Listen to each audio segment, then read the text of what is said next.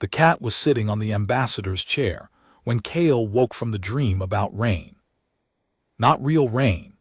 Kale hadn't felt real rain in 4 years, not since the transfer shuttle lifted off from Meridian Colony and carried her across 11 relay jumps to conquered Station Tarvos, where rain did not exist because the station's atmospheric processors considered precipitation an engineering failure. But in the dream there had been rain and grass, and the cat had been there too, sitting on a fence post in the yard of a house Kale had never lived in, watching her with the same expression it was wearing now. Calm, incurious, faintly proprietary, as though the entire universe were a warm surface it had already decided to sit on. "Fig," Kale said. "That's Ambassador Quoreth's chair." Fig did not move. Fig rarely moved when addressed. Fig was a Terran domestic shorthair, brown tabby, 11 years old, 7 pounds soaking wet, with a torn left ear from a disagreement with a screen door on Meridian Colony, and a purr that sounded like a small engine running on insufficient fuel. Fig had been Kale's since she was 6. He had been assigned to her by the Terran Pediatric Behavioral Health Office after the accident that killed her mother, and the assignment paperwork, which Kale had once found in her father's desk, described Fig as a certified emotional support companion, feline domestic shorthair, temperament, placid. Kale had looked up placid and decided the Behavioral Health Office had never actually met Fig. Fig was not placid. Fig was something else. Fig was the kind of calm that came from having already assessed every organism in every room he had ever entered and having concluded, with the quiet certainty of a species that had spent 10,000 years domesticating the most dangerous primate on a Class 12 deathworld, that none of them were interesting enough to worry about. The problem was that today was assessment day. Assessment day happened once per station quarter on conquered Station Tarvos, and it was the day when the Interspecies Youth Behavioral Integration Panel reviewed every non-native minor on the station to determine whether they were adequately acclimated to multispecies cohabitation norms. Kale was the only Terran minor on Tarvos. She was 10. She had been reviewed 11 times. She had passed every review, because passing consisted of sitting in a chair in the panel chamber, answering questions about how she was adjusting, and not doing anything that alarmed the 3-species panel of behavioral assessors who believed, with the earnest conviction of people who had never lived on a planet where the rain could kill you, that a human child required careful monitoring. The problem was not the panel, the problem was Fig. Fig was not supposed to be in the panel chamber. Fig was not supposed to be anywhere near the panel chamber. Fig was supposed to be in Kale's quarters in the residential block, behind a door that Kale was certain she had closed and was now equally certain Fig had opened, because Fig could open doors. Not all doors. Not the heavy bulkhead doors with the pressure seals, but the residential doors on Tarvos operated on a simple latch-and-slide mechanism, and Fig had learned, sometime during his first week on the station, that if he hooked his paw under the latch lip and pulled sideways while pressing his shoulder against the panel, the door slid open. Kale's father had reported this to station maintenance. Station maintenance had explained that the doors were designed to be operable by 12 different species with 12 different limb configurations, and that a 7-pound cat was not a design consideration. Kale's father had suggested that perhaps it should be. That had been 3 years ago. Fig had since opened approximately 400 doors on conquered Station Tarvos. He had been found in the medical bay, the engineering sublevel, the diplomatic reception suite, the station commander's private lavatory, and once, memorably, inside a sealed evidence locker in the security wing, where he had apparently been napping on a confiscated Veldrani trade dispute exhibit for the better part of an afternoon. Nobody had ever determined how he got into the evidence locker. The security chief, a Torvathi named Sergeant Helm, had written in her incident report that the locker's biometric seal showed no unauthorized access, and that the cat must have been inside before the locker was sealed, which would have meant Fig had been sitting on the trade exhibit for 6 hours without moving, which was, Cale reflected, entirely within Fig's capabilities. Cale sat up on the bench in the antechamber outside the panel room and looked at Fig. Fig looked at Cale. Between them, the ambassador's chair, a high-backed ceremonial seat with gilt arms, and the crest of the Quareth delegation embossed on its headrest, vibrated faintly with Fig's purr. "We have 40 minutes, Cale said. Fig closed his eyes. Cale had 40 minutes before the panel session began, and in that 40 minutes she needed to accomplish 3 things: remove Fig from the ambassador's chair, return Fig to her quarters, and get back to the antechamber before the assessors arrived. The antechamber was on deck 7. Her quarters were on deck 4. The lift between them took 90 seconds each way. She had time. She did not have a carrier. The carrier was in her quarters, because the carrier was always in her quarters, because Fig refused to enter the carrier. Not refused in the way that most cats refused carriers, with yowling and claw deployment, and the boneless liquid evasion that made a 7-pound animal temporarily fill a space the size of a doorframe. Fig refused carriers with dignity.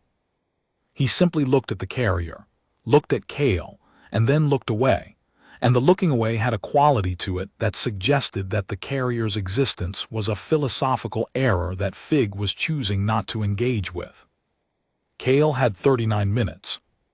She stood up, crossed to the ambassador's chair, and reached for Fig. Fig opened one eye. The eye was amber round and contained no information about what Fig intended to do. Cale picked him up. Fig went limp in her hands, not with resistance but with the absolute muscular surrender of an animal that had decided it was now her problem and that he would contribute nothing to the logistics of his own relocation. She tucked him against her chest. He weighed almost nothing. His purr increased. "You're being difficult on purpose," Cale said. The purr increased again.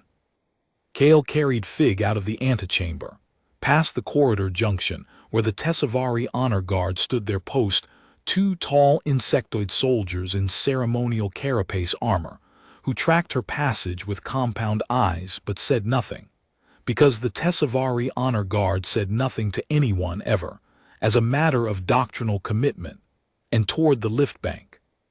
The corridor was bright, lit by the wide daylight panels that ran the length of Tarvos's diplomatic deck, simulating the host star's mid-morning spectrum. Through the corridor's observation windows, the planet Tarvos 3 hung in the dark, its terminator line a clean curve of amber and shadow. Cale reached the lift bank and pressed the call button. The lift arrived. The doors opened. Inside the lift stood Assessor Pren. Assessor Pren was a categorize, which meant she was roughly Cale's height but 3 times her width, covered in dense russet fur that she kept meticulously groomed, with large dark eyes set wide on a flat face and 6-fingered hands that she used for constant expressive gesture. Assessor Pren was the lead behavioral assessor on Cale's integration panel. She had been reviewing Cale's case for 2 years. She was, in Cale's estimation, the most nervous organism on the station, which was saying something on a station that housed 3 species whose evolutionary strategy had been to be afraid of everything, all the time, as fast as possible. Assessor Pren looked at Cale. Assessor Pren looked at Fig. Assessor Pren's fur rippled from russet to pale cream in a wave that started at her shoulders and traveled to her wrists, which, in Cale's experience, meant that Assessor Pren was experiencing the categorize equivalent of acute professional dismay. "That," said Assessor Pren, "is the animal." "Yes. The animal is not permitted in the diplomatic wing." "I know. I'm taking him back." The assessment session begins in, Pren checked her wrist display, 37 minutes. "I know." Pren's fur rippled again. The animal was in the antechamber. He was on Ambassador Quareth's chair. Pren made a sound that Cale's translation implant rendered as a small, involuntary intake of breath, but which was probably, in its original categorize, something closer to a prayer. The ambassador's chair. He likes the upholstery. Pren stepped out of the lift. She did not step around Kale and Fig. She stepped backward, maintaining maximum distance while staying in the corridor, and her six-fingered hands performed a rapid gesture that Kale recognized as the Keth Varii kinesthetic notation for "I am logging this interaction." "I will note," Pren said carefully, "that the animal was removed prior to the session." "Thank you." "I will also note that the animal's repeated unauthorized presence in restricted areas represents an ongoing integration concern." "Fig doesn't know what restricted means." "Fig," Pren said, and her translation software struggled with the word for a moment before rendering it as a consonant cluster, "is not the one being assessed." Kale stepped into the lift, the doors closed, Fig purred against her chest. Through the door panel, Kale heard Assessor Pren say something to the Tessavari honor guard that her implant didn't catch, and then the lift began to descend. 36 minutes. Kale's quarters were on Deck 4, Residential Section 9, Unit 42. She shared them with her father, Dav Torin, who was the station's Terran liaison officer, and who was, at this moment, on Deck 12 conducting a supply chain arbitration with a Drenathi freight concern that had been overcharging the station's protein reprocessor for 6 months. Dav Torin was a calm, quiet man who had raised Kale alone since she was 6 and who had, in that time, developed 2 visible stress responses: a small muscle that twitched in his left jaw when he was angry, and a tendency to close his eyes for exactly 3 seconds when Fig did something that required an official station incident report. Kale opened the door to Unit 42. She set Fig on the floor. Fig stood where she placed him, looked up at her, and began washing his left paw. "Stay," Kale said. Fig continued washing his paw. He did not acknowledge the concept of staying. Staying was a dog word. Fig did not do dog words. Kale looked at the door. The latch mechanism gleamed in the overhead light, its pull lip exactly the width of a cat's paw. She pulled the storage bin from under her bunk, removed the folded maintenance blanket her father kept there, and wedged it into the latch track so the door could not slide. It was not a sophisticated solution. It was a 10-year-old solution, but it had worked twice before, and Kale was operating on 34 minutes and the knowledge that Fig, for all his capabilities, had not yet developed the ability to remove a wadded blanket from a mechanical track. 34 minutes, she told him, please.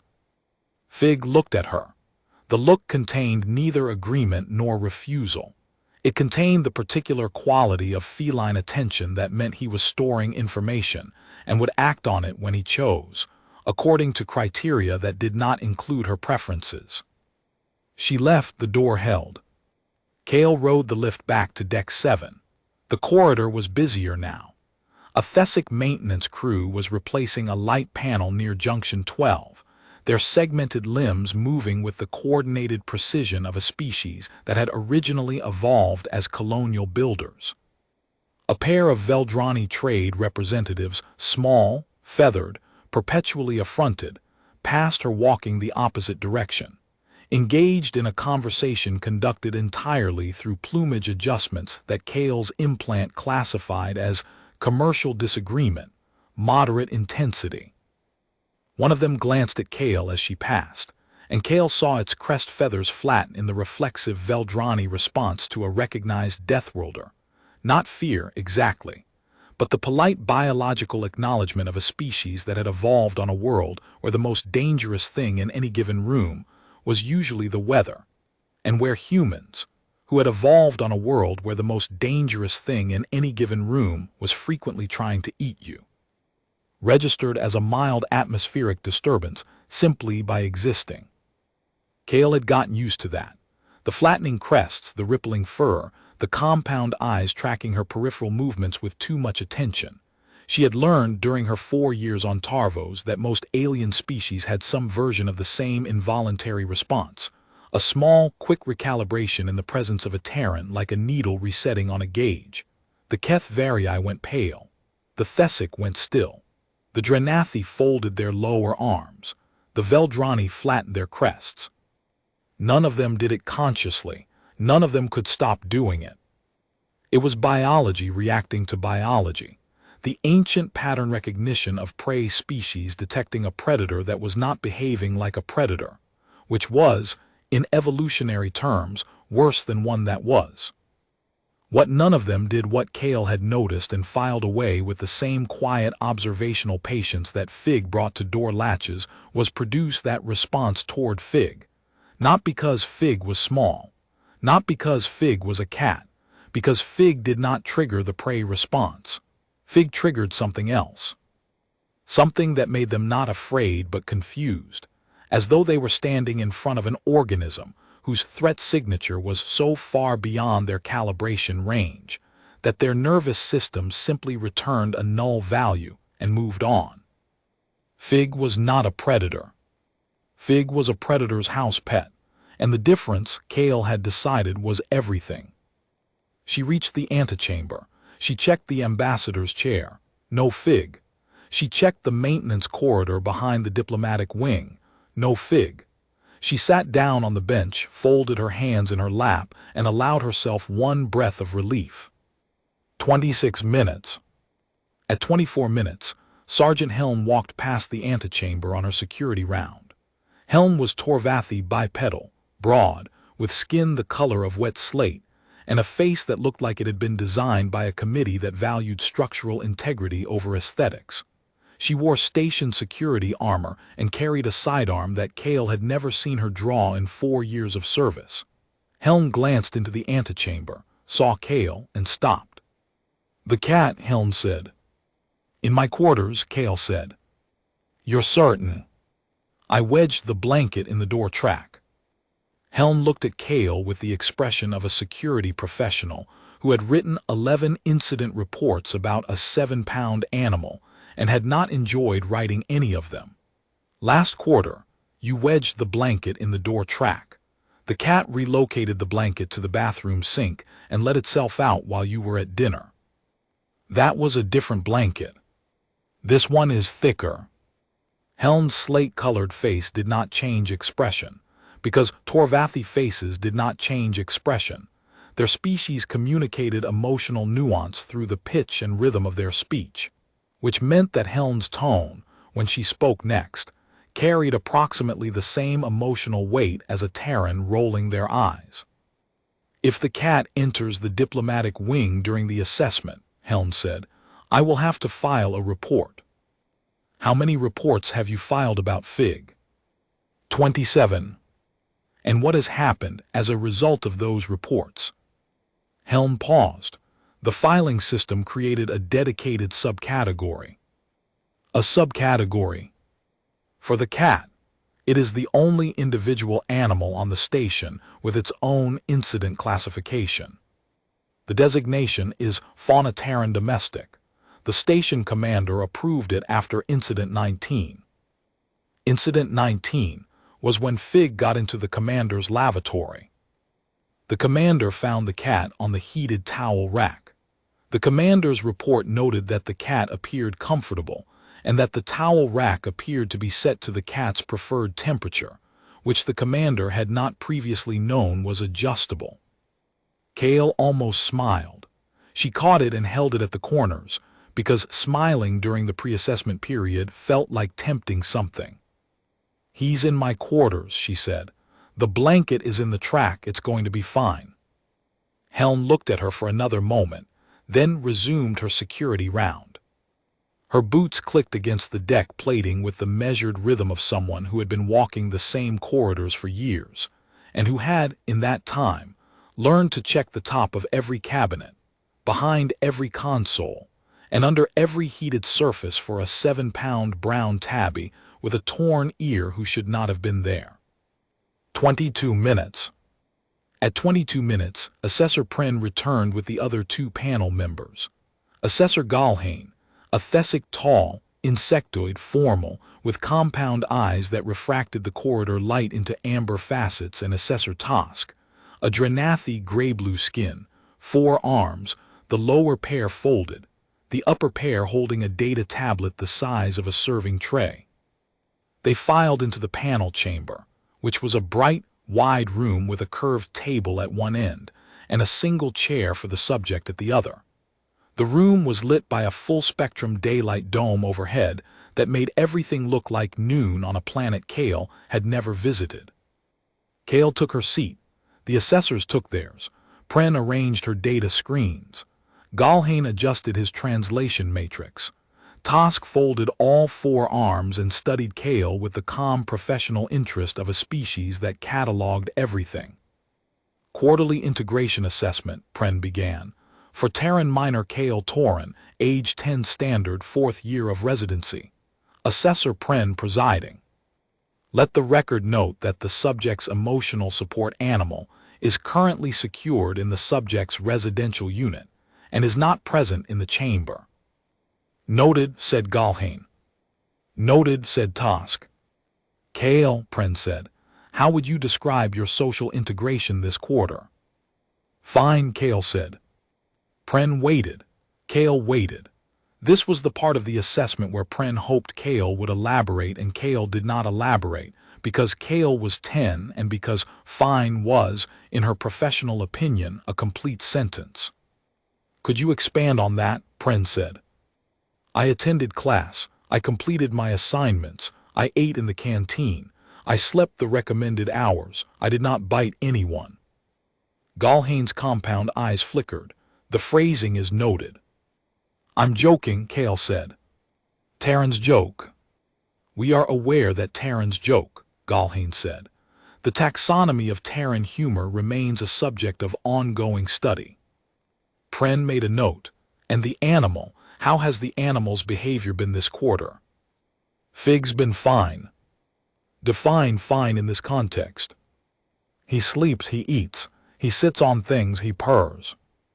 The station maintenance log shows. Pren consulted her screen. 14 unauthorized door openings attributed to the animal this quarter. Down from 21 last quarter. He's improving.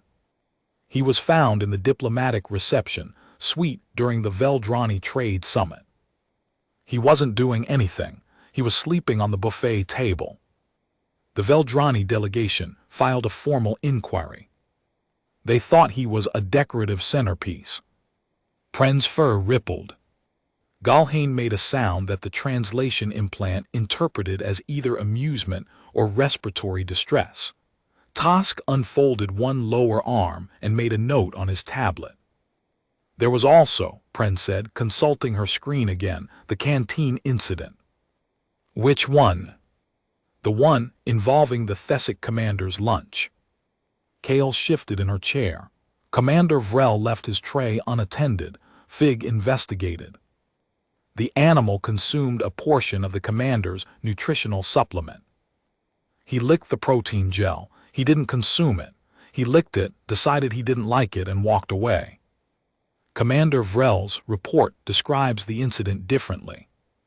Commander Vrel's report describes finding an Earth predator, contaminating his rations with predatory saliva. Fig licked the gel. The gel was fine. Commander Vrel is dramatic. Galhane's thoracic plates shifted, which Kale had learned was the Thessic equivalent of suppressing a reaction. Tosk made another note. And the engineering sublevel, Pren said. Fig likes warm pipes. The engineering chief found the animal sleeping on the primary coolant relay junction. The junction operates at 62 degrees. The chief submitted a safety concern that the animal's body heat might interfere with the relay's thermal calibration. Did it? Pren hesitated. No. The engineering report notes that the relay's performance actually improved by 0.3% during the period the animal was present, which the chief attributed to. She squinted at the screen. Anomalous thermal dampening consistent with the animal's body mass acting as a supplementary heat sink. Fig made the coolant relay work better by sleeping on it. That is what the report says. So the engineering sublevel incident was a net positive for station operations. Pren closed her data screen. She opened a different one. She closed that one too. Her fur cycled through 3 increasingly pale shades. The animal, Pren said, remains a subject of concern for this panel. Fig is a certified emotional support companion, Kale said. He's been certified since I was 6. He has paperwork. The paperwork, Pren said, does not explain how a 7-pound animal opens biometric seals. He doesn't open biometric seals. Sergeant Helm's incident report from last quarter. That was never proven. Pren looked at Kale. Kale looked at Pren. Between them, in the bright noonlight of the dome, a small silence settled. I would like to raise an additional concern, Galhane said. His compound eyes had been tracking Kale during the exchange with the steady, unfocused attention of a species that processed visual information in parallel, watching her face, her hands, her breathing rhythm simultaneously. The animal's effect on the station's other fauna. Kale went still. Last quarter, Galhane continued, a Krelith Drakenhound was brought aboard by a visiting dignitary. The Drakenhound is classified as a Class 7 predatory companion, weighing approximately 90 kilograms, with natural armor plating and a documented aggression index of 8.2. It was restrained, leashed, and accompanied by 2 trained handlers. I remember, Kale said. The Drakenhound encountered the cat in Corridor 6. The handler's report states that the Drakenhound's aggression display a behavior that the handlers had never seen interrupted in the animal's 7-year service history stopped.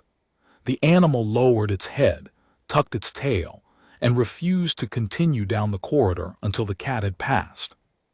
Fig was walking to the canteen. He didn't even look at it. That is precisely the point, Galhane said. The Drakenhound did not submit because the cat threatened it. The Drakenhound submitted because the cat did not acknowledge it. In predator hierarchy terms, the absence of acknowledgement is the most absolute expression of dominance. The cat communicated, through pure behavioral signal, that the Drakenhound was beneath its notice. Fig communicates that to everyone. Yes, Galhane said, that is also precisely the point. Pren's fur rippled. She cleared her throat, a gesture she had adopted from Terran colleagues that sounded, in her original categorize vocal range, like a small cough produced by an animal that had swallowed something it wasn't sure about.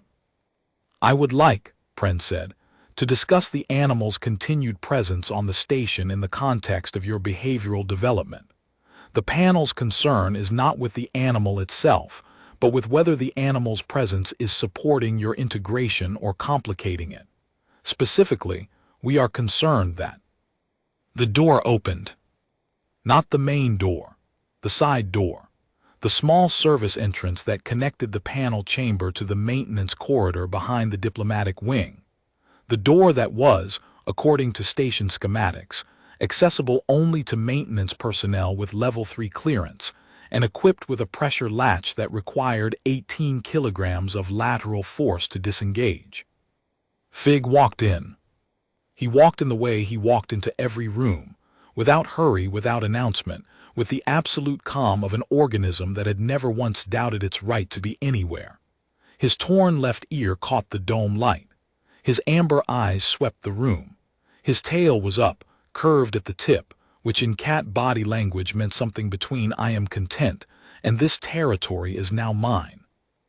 He crossed the floor of the panel chamber, walked past Kale's chair without acknowledging her, jumped onto the curved table in front of the 3 assessors, and sat down directly on Assessor Pren's data screens. Pren's fur went white. Not cream, not pale, white. The kind of white that the categorize chromatic response produced only under conditions of maximum autonomic arousal, which their species had evolved as a predator confusion display. The sudden blanching meant to startle attackers by transforming the animal's entire visual profile in a fraction of a second. It was, in categorize evolutionary history, a survival response. Pren was deploying it in response to a tabby cat sitting on her notes. The animal, Galhane said, is in the chamber. I can see that, Pren said. The record noted that the animal was secured in the residential unit. The record was apparently optimistic. Fig began to wash his right paw. He did this with the slow, deliberate care of an animal that was aware it was being watched by 3 alien assessors, and considered this fact to be of exactly no relevance to his grooming schedule.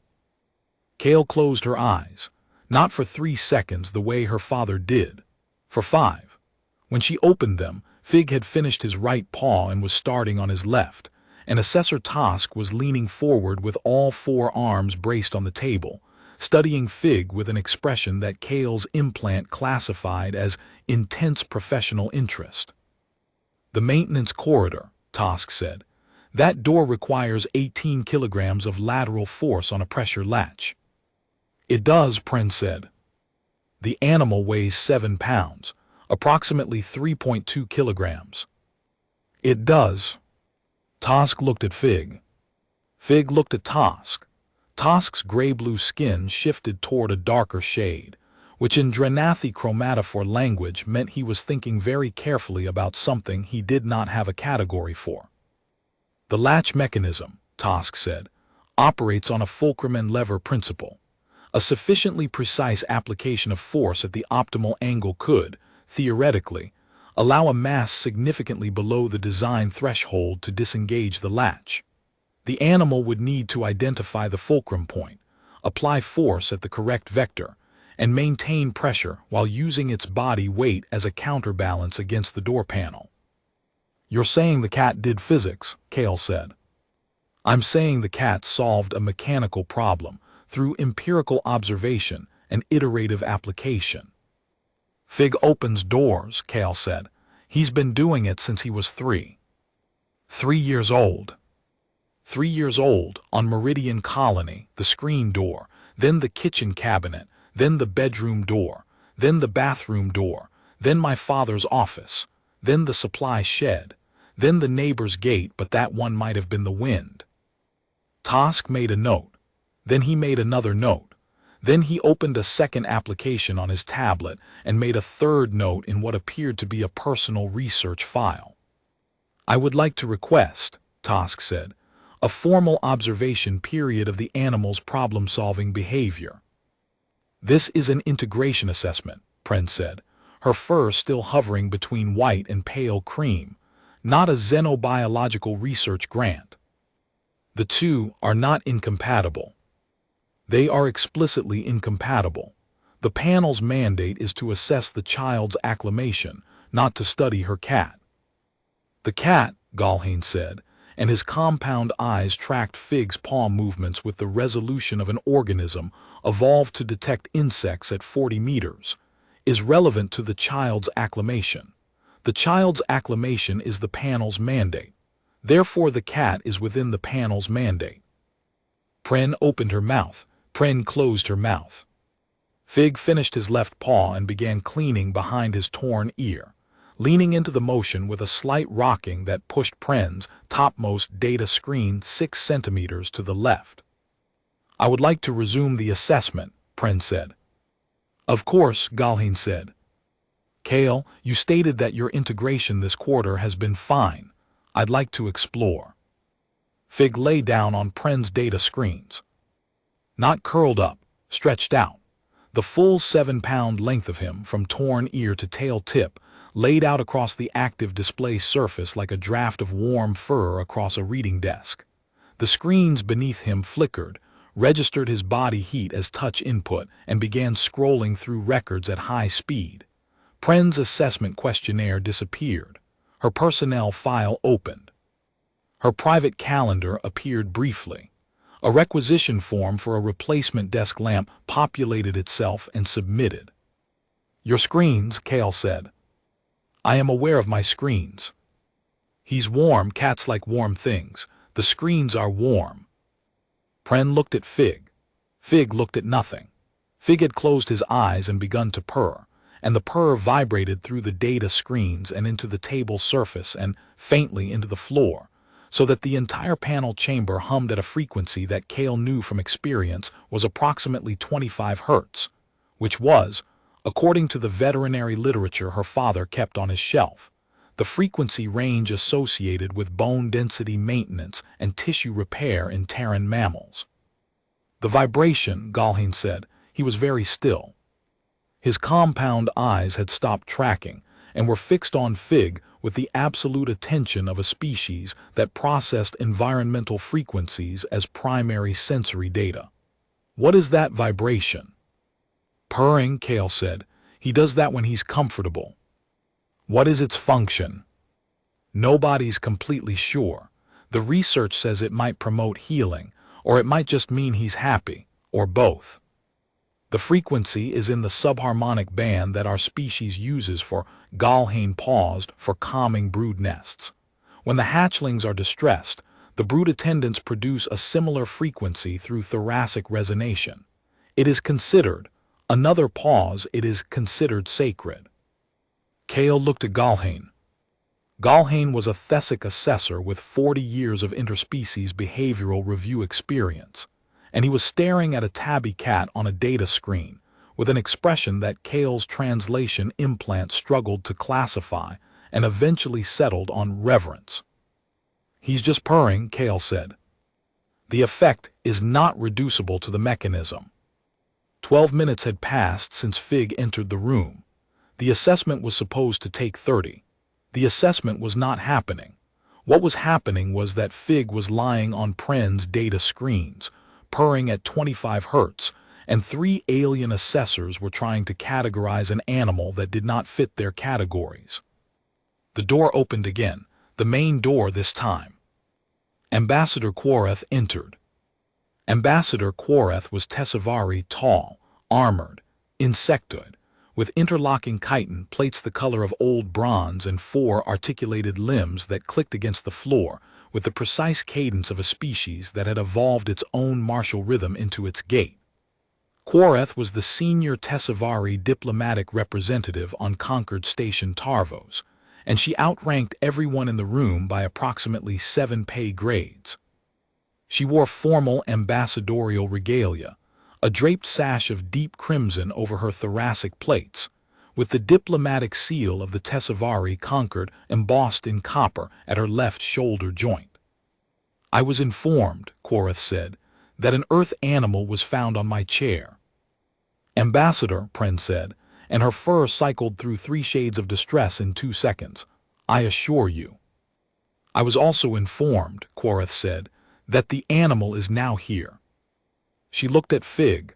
Fig was still lying on the data screens. He had not opened his eyes. He had not acknowledged the ambassador's entrance. He was purring. Quareth crossed the chamber. Her gait was unhurried. She stopped at the edge of the curved table, approximately 1 meter from Fig, and looked down at him with the kind of attention that a species of armored insectoid apex predators gave to very few organisms, the attention of genuine assessment, of calculating not whether something was dangerous, but what kind of dangerous it was. This is the animal, Quareth said.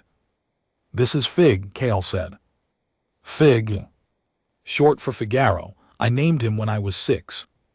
Quareth looked at Kale. Quareth looked at Fig. Quareth extended one armored limb slowly, precisely, with the deliberate caution of an organism that understood its own strength, and touched the surface of Fig's back with the tip of one chitin-plated digit. Fig opened one eye. The eye was amber, it was calm. It contained the same absence of concern that it had contained in the antechamber, in the lift, in every room Fig had ever entered. It looked at the armored apex predator standing over it and communicated, with a clarity that transcended species and translation software and 40 years of interspecies behavioral assessment, that it was not impressed. Then Fig closed the eye and continued purring. Quareth stood very still. Her chitin plates, which normally maintained a constant low-grade realignment that Kale had always found vaguely unsettling, like watching armor think, went absolutely motionless. The only sound in the chamber was Fig's purr. The animal, Quareth said, is not afraid. No, Kale said. I am Tessavari. My species commands the third largest military fleet in the Concord. I am armored. I am standing over it. I touched it. Yes. It is not afraid. Fig isn't afraid of anything, Kale said. He's a cat. Quoreth looked at Kale for a long time. Then she looked at Fig for a longer time. Then she said something in untranslated Tesavari that Kale's implant flagged as diplomatic register, formal, context, classification authority, but did not render into standard. Assessor Pren, Quoreth said, what is the current classification of this animal under Concord Station protocols? Pren's fur was pale cream, holding steady with visible effort. The animal is classified as a Terran domestic companion, subcategory emotional support, species Felis catus, clearance level, residential only. Residential only. The animal's repeated presence outside the residential zone has been, Pren hesitated, documented. Documented, 14 unauthorized door openings this quarter, 1 incident in a sealed evidence locker, 1 appearance during the Veldrani Trade Summit, and now this. The panel has been assessing whether the animal's behavior constitutes an integration concern. An integration concern. Quoreth's chitin plates resumed their slow realignment. Assessor Pren, I am going to ask you a question, and I would appreciate a precise answer. Of course, Ambassador. This animal weighs approximately 3 kilograms. It has no armor, no venom, no significant musculature for combat. It walked through a pressure-sealed maintenance door, crossed a secure diplomatic wing, entered a restricted assessment chamber, and is now lying on your data screens purring. It has done this while being classified residential only. It has done this 14 times this quarter. It has been doing this for 3 years. In all that time, has it harmed anyone? Pren hesitated, no. Has it damaged anything? It submitted a requisition form for a desk lamp. Has it shown aggression? No. Has it shown fear?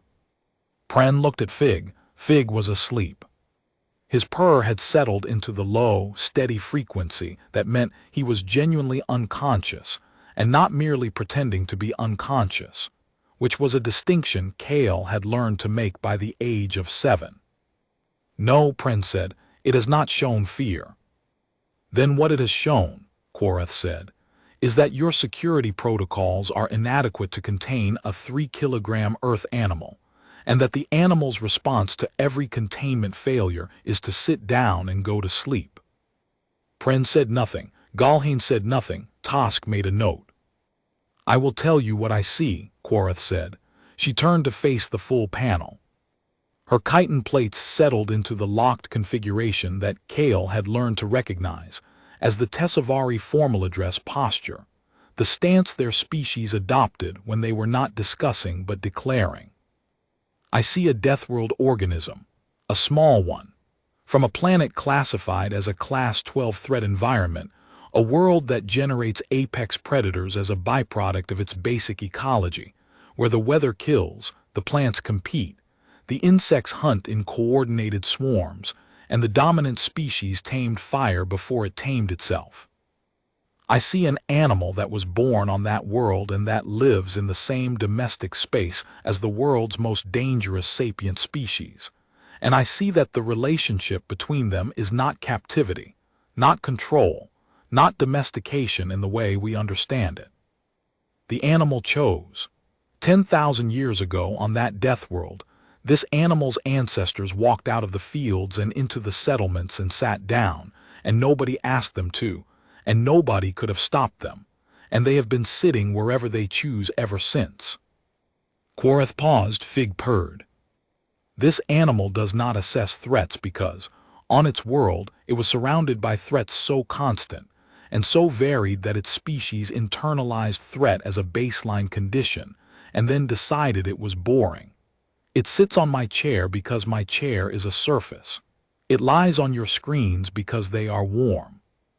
It walks through your doors because your doors are problems, and it is an organism that solves problems, and it does not understand the concept of restricted, because restriction is a construct imposed by species that evolved to be afraid of spaces they had not previously cleared.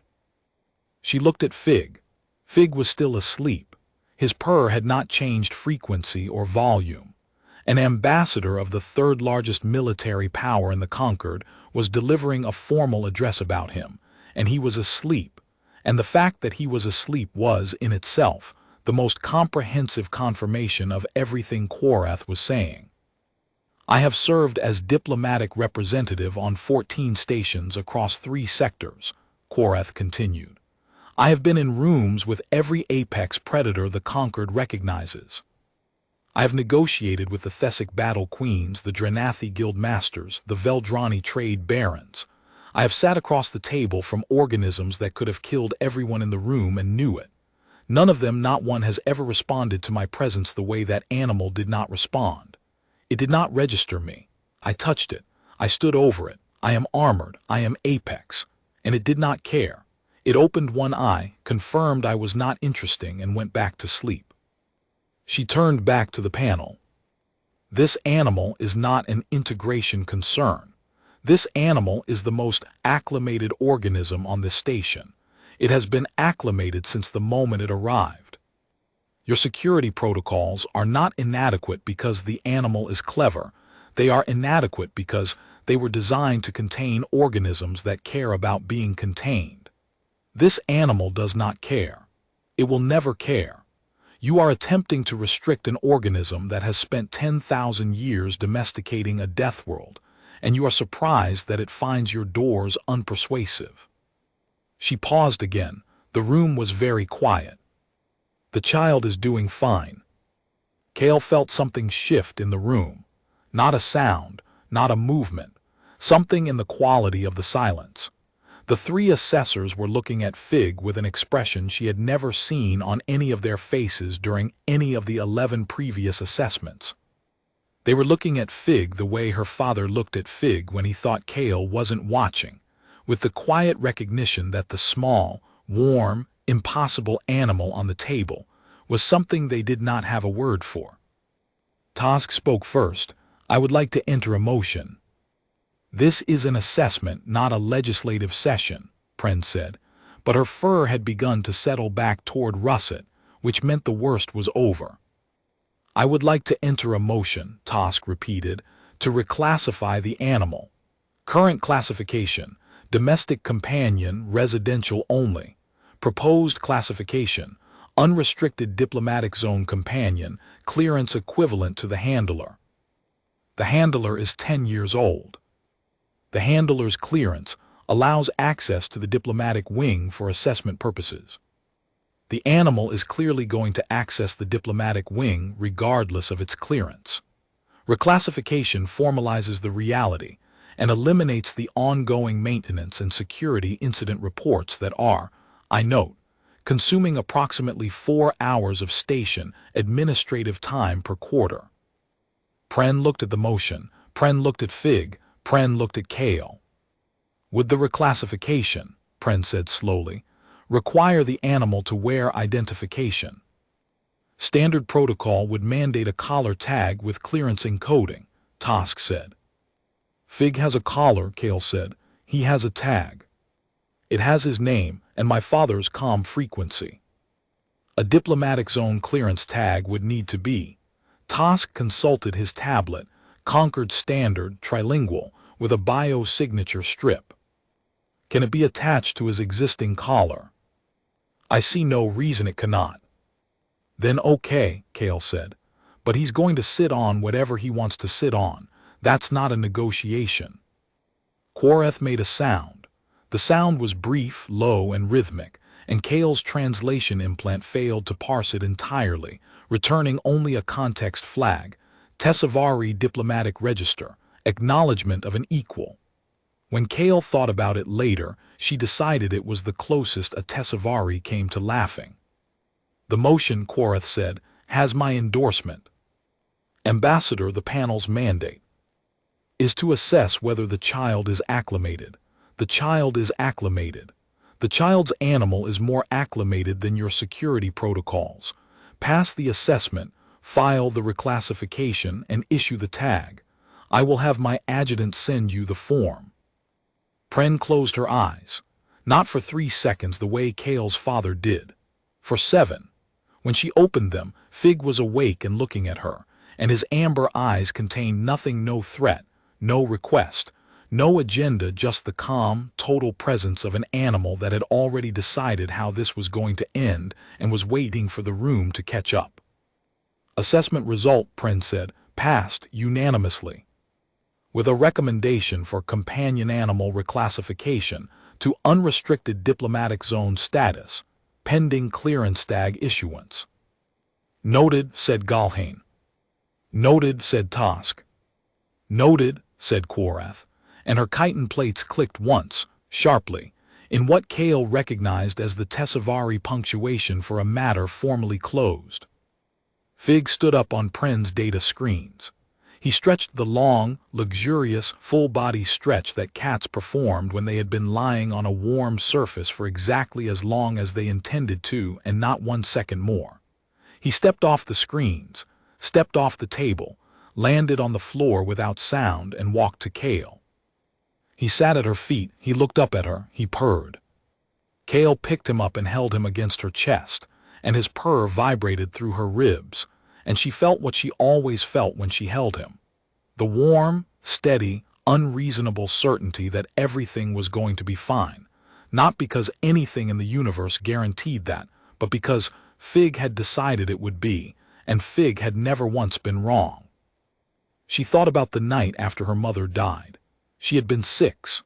The house on Meridian Colony had been quiet in the way that houses are quiet when someone who should be there is not there, and Kale had been lying in her bed with the covers pulled over her head, and she had been afraid, not of anything specific, not of the dark or the silence or the absence.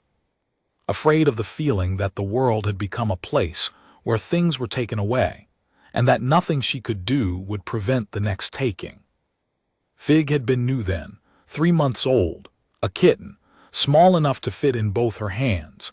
He had been placed in her room by the behavioral health officer, who had explained to her father that the animal's presence would provide a stabilizing influence consistent with the child's attachment needs. The officer had left. The kitten had stayed. And that first night, when Kale was lying under the covers with her breath coming too fast and the quiet pressing in, the kitten had climbed onto her chest, settled his weight against her sternum, and begun to purr. The purr had not explained anything. It had not promised anything. It had not fixed anything. It had simply been there, steady, warm 25 hertz, and it had been enough. Not because purring solved grief. Because the kitten had decided, with the certainty of an organism that did not understand grief and did not need to, that this was where he was going to be, and that the place where he was going to be was safe, and that his being there was the proof. He had been right. He had been right every night since. 4 years of nights on 2 worlds and 1 station, and Fig had never once been anywhere else when Kale needed him to be here. She carried him out of the panel chamber. In the corridor, the Tessavari honor guard watched her pass. One of them, the taller one, the one who had been standing at the junction when she carried Fig to the lift 40 minutes ago, looked at Fig, and then looked at his partner and made a gesture that Kale's implant translated as record for cultural indexing. The other guard made a responding gesture that translated as already recording. They walked the corridor together, the girl and the cat, in the bright simulated noon light of Concord Station Tarvos, past the observation windows where the planet turned below, past the diplomatic suite where Ambassador Quorath's chair still bore a faint circle of tabby fur on its upholstery, past the lift bank where Assessor Pren would later stand alone for several minutes, looking at nothing. With her fur slowly returning to its natural russet and her translation software running the word, placid, through 14 linguistic databases without finding a satisfactory equivalent. Kale's father was waiting in their quarters when she arrived. He was sitting on the couch with a cup of coffee and the expression of a man who had already received 3 calm alerts about his daughter's cat, and was trying to decide which to read first. "How did the assessment go?" he said. "Passed," Cale said. "Fig has diplomatic clearance now." Dav Torin closed his eyes. He held them closed for exactly 3 seconds. Then he opened them and looked at Fig, who was sitting on the kitchen counter, a surface he was not supposed to be on, by the house rules that had been established 4 years ago, and that Fig had never once acknowledged, and who was looking back at him with the calm, amber, completely untranslatable expression that had been defeating better analysts than Dav Torin since the cat was 3 years old. "Of course he does," Dav said. Fig washed his paw. Later, after dinner, after homework, after the evening calm from her grandmother on Meridian Colony who asked about school, and the weather and whether Fig was behaving, Cale told her he had received diplomatic clearance, and her grandmother was quiet for 3 seconds and then said, "Of course he did. He's a Torin." Cale lay in her bunk with Fig curled on her chest, his weight barely registering, his purr steady and low in the quiet dark of her room. Her father had come home from the arbitration with the expression of a man who had won a negotiation, and discovered that his cat had also won a negotiation, and that the cat's negotiation had been more consequential. He had read Assessor Pren's formal report, which had been CC'd to the Terran liaison office, and which described the session in the careful, exhaustive language of a behavioral professional who was trying very hard to convey what had happened without admitting that she had lost control of the proceedings to a 7-pound cat. He had closed his eyes for 3 seconds. He had opened them. He had looked at Fig, who was sitting on the kitchen counter with his new tag glinting at his throat, and he had said, "I am raising a child and a diplomat, and I cannot tell which of you is more work." Fig had purred. Through the wall she could hear her father's breathing, slow and even, already asleep. Through the station's hull she could hear nothing, because space was quiet, always quiet, the kind of quiet that had frightened her during her first year on Tarvos, and that she had stopped noticing by her second. She thought about the dream, the rain, the fence post, Fig sitting there, watching her, with the same expression he wore in every room on every station in every system she had ever carried him through. The expression that said he already knew how it ended, and that it ended with him exactly where he was, and that this was not because he understood the universe but because he was a cat, and cats did not need to understand things in order to be certain about them. Fig's purr slowed, his breathing deepened. His weight settled against her ribs like a question that had already been answered. Cale closed her eyes. She did not dream about rain. She dreamed about nothing, which was what she dreamed about when everything was fine, and Fig was warm, and the station turned slowly in the dark around a star that Fig had never looked at and would never care about, because stars, like doors and ambassadors and behavioral assessors, and the entire diplomatic apparatus of a 5-species interstellar concord, were just things that existed in the same universe as Fig, and Fig had already assessed them all and found them adequate. The clearance tag arrived the next morning, delivered by a Tessavari adjutant who saluted the cat. Fig did not acknowledge the salute. Fig was asleep on the kitchen counter. The adjutant was young junior diplomatic corps, polished chiton, ceremonial sash freshly pressed, and carried the tag on a small velvet tray with the gravity of someone delivering ordnance to an admiral. The tag itself was a slim disc of brushed composite, engraved with the Concord trilingual script, and fitted with a biosignature strip that pulsed a faint blue against the velvet. The adjutant placed the tray on the counter beside Fig, attached the tag to Fig's collar with precise, practiced motions, 3 clicks of the microclasp, a quarter turn to lock and stepped back. The adjutant performed the formal Tessavari gesture of credential bestowal. It was a precise angular bow, followed by a click of the chitin plates at the forelimb joints, followed by a spoken line in untranslated Tessavari that Cale's implant flagged as credential investiture diplomatic grade. Fig slept through the entire ceremony. His purr did not change. His breathing did not change.